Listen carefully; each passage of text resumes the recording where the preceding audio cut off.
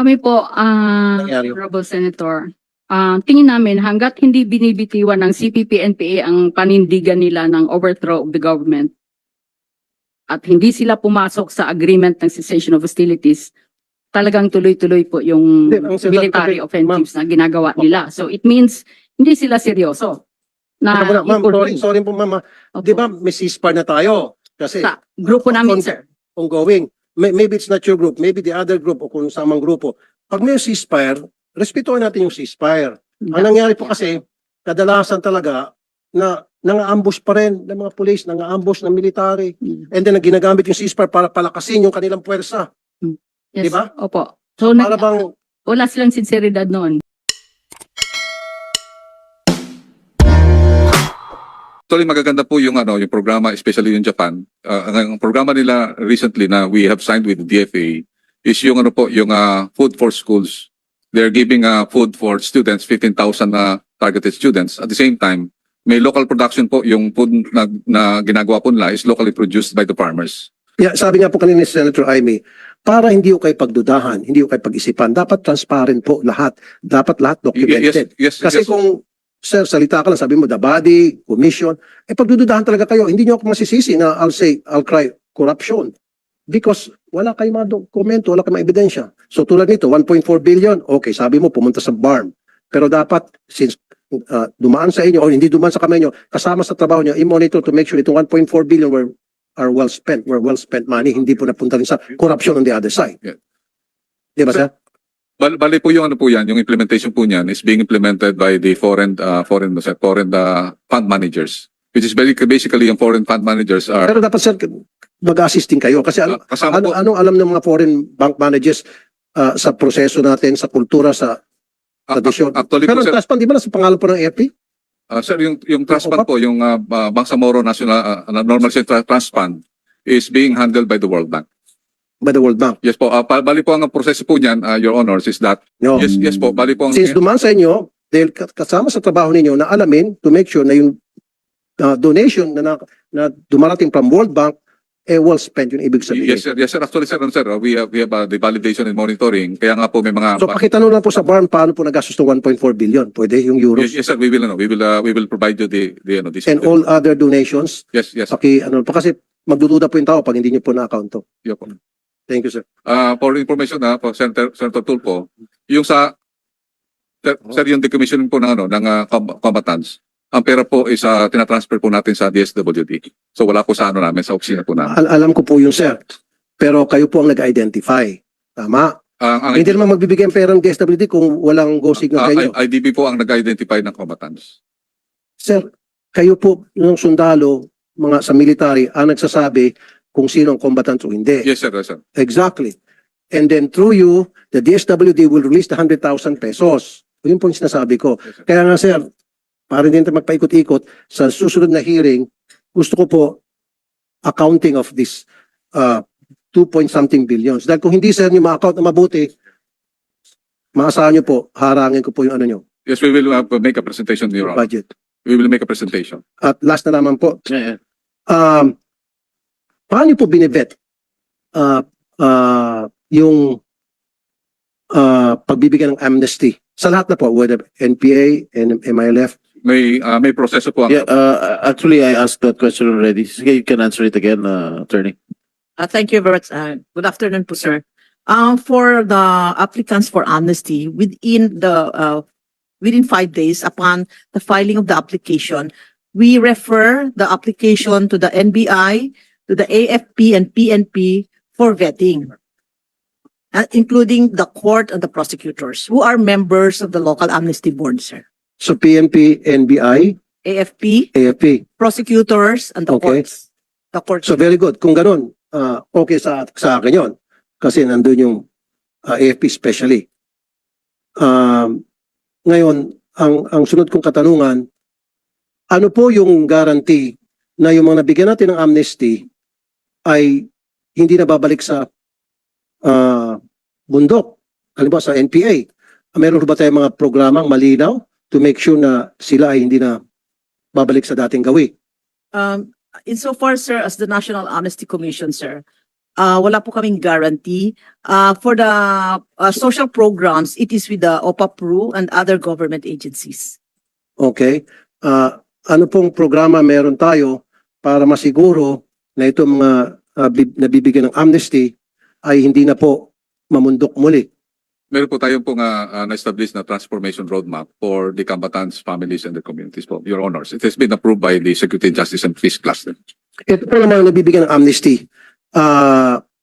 Lahat po ba? Kahit na siya ay ng rape, siya ay nagnakaw ng kalabaw, ng loob ng mga bahay para may pagkain yung kanyang grupo, kasama to sa nabibigyan ng amnesty? Mayroon pong qualification na Your Honors na yung mga crimes against chastity and also humanity hindi po kasama po doon. Kasi may mga balita, especially sa ABB, na nagbalik loob sila, hindi sila monitor, then nagagamit sila kuminsan ng mga politiko, gun for hire. Nagagamit sila ng mga grupo sa assassination.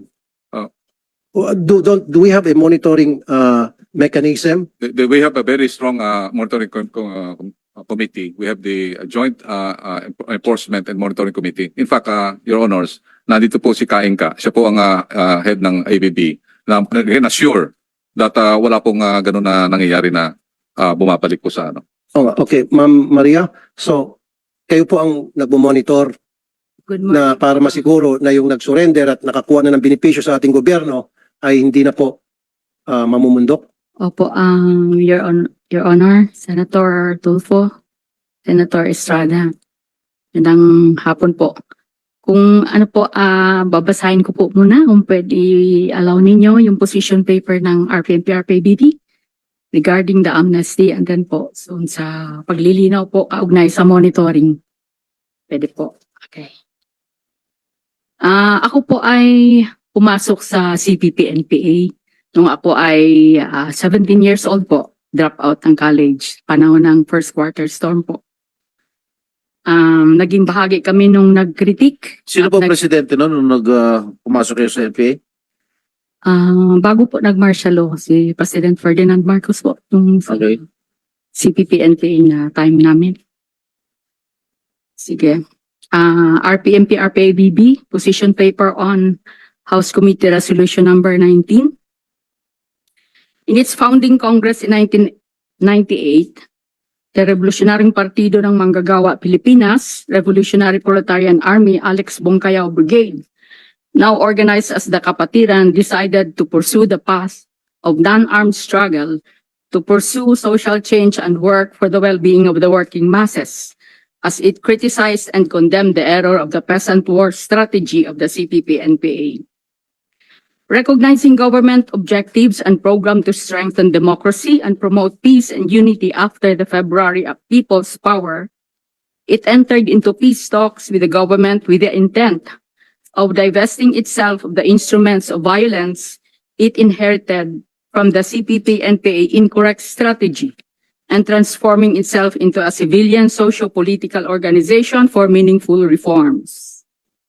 Starting with the exploratory talks brokered by staunch peace champions, the late Cardinal Jaime Sin and the late Heidi Yorak in 1999, the 2000 peace agreement between the government of the Republic of the Philippines and the RPMP-RPABB was signed under the Estrada administration with the strong support and initiatives of the late Ambassador Danding Cojuanggo. The RPMP-RPABB forged the agreement with the government under the principles of honor, dignity, and justice for all, in observing terms and conditions for cessation of hostilities with a commitment to final disposition of forces and arms. The government committed on confidence-building measures that would provide concrete assistance for the release of political prisoners, restoration of civil political rights of members, and provision for impact development projects to identified areas affected by the armed conflict with the group. The whole organization embarked on the journey of building trust on the sincerity of government to provide for the legitimization of the organization and members of the RPNP-RPABB for just and lasting peace. In 2019, the peace program of the Duterte administration ushered in the signing of the clarificatory implementing document to the 2000 peace agreement between the government of the Republic of the Philippines and the RPMP RPA ABB Tabara Paduano Group. We call that the CID, sir. Together with the final demobilization of the RPMP RPA ABB TPG, which resulted in the actual turnover of 317 firearms with 264 explosives and 30,000 ammunitions. The implementation of concrete socio-economic, political, and security assistance to the 727 profiled RPMP RPA ABB members and identified communities is continuously making numerous milestones towards long-lasting cooperation to address root causes of armed conflict. We are grateful to all the men and women in government, on the government security forces, and local government units for sustaining support to our choice to pursue the non-violent path under the peace agreement with the government up to the present in the face of the many hardships and problems since the 2000 peace agreement was signed. The RPMP RPA ABB is now organized and government registered as the Kapatiran para sa Progresong Panlipunan Incorporated. It is implementing projects and working with the government on the full delivery of the CID provisions of socio-economic reintegration, security arrangements, disposition of forces and arms, the release of remaining political offenders, and an amnesty proclamation. Full transformation of the organization and economic support to identified communities to address poverty. We are now asking for the concurrence of Senate on President Ferdinand Bongbong Marcos Jr.'s amnesty proclamation for the final delivery of government commitment to release remaining political offenders and resolution of cases to ensure the restoration of civil and political rights. All right. Since the anti-subversion law was repealed, numerous members of insurgents group have been charged. Pwedeng Yeah. makakat lang, ano? Yes. Mahaba pa tayo. May tanong lang po ako kasi sabi nyo, building trust and sincerity of the government. Yes. Pakipaliwanag lang po, ma'am. Meron tayong peace process, nag-declare ng ceasefire, nang-ambush pa rin po yung mga NPA. Hindi na, Ina-ambush pa rin po yung mga pulis, military. Marami pong ganung mga insidente, ma'am. kami po, Nakabalita po yan na kami po, patuloy pa rin po pang-ambush samantalang nasa ceasefire tayo. yes po, Senator, kami po, nag-split po kami sa CPP NPA. Kaya ang pangalan ng grupo namin ay RPMP RPA ABB. Kaya ma'am, Since the papakiwaliwanag lang. 2000 peace agreement, may cessation of hostilities, wala na pong nangyaring Okay. military encounters or away between Ma'am, us ma'am, and the pakipaliwanag government. lang. Bakit po nasa diary po ito? Opo. Nasa news na sabi ko nga, ceasefire, maybe it's not your group. Ano pong reason bakit hindi po sumusunod sa usapan yung NPA? Maybe it's not your group, CPP NPA. CPP Wala, NPA. as Na marami pong inaambush na sundalo, pulis, syempre yung mga sundalo, kampante, magpatrolya doon o gumawa ng trabaho nila, yung mga pulis, dahil ceasefire, tapos ambusin. Bakit po nangyari yun? Again, it might not be your group, pero why? What is the reason behind? Bakit?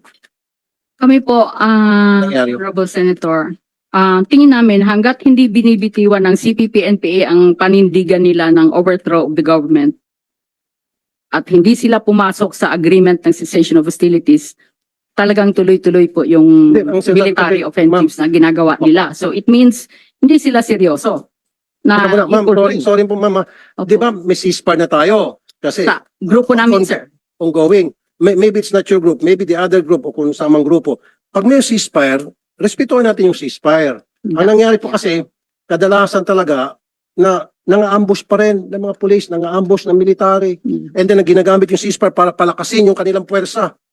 Yes, Diba? Opo. So Para bang wala silang sinseridad noon, Senator. sila ang walang, Wala po. wag yung gobyerno. Yung gobyerno sincere. Sinasabi po namin, Thank you. wala silang sinseridad. Yung kabila. Opo. Okay. Gusto ko lang po. Ayoko kasing sabihin nyo hindi sincere yung gobyerno. Ang gobyerno po sincere. From the get-go, from the very start. Kaya napatunayan po namin sa Salamat bahagi po. namin. Salamat po, ma'am. Salamat din.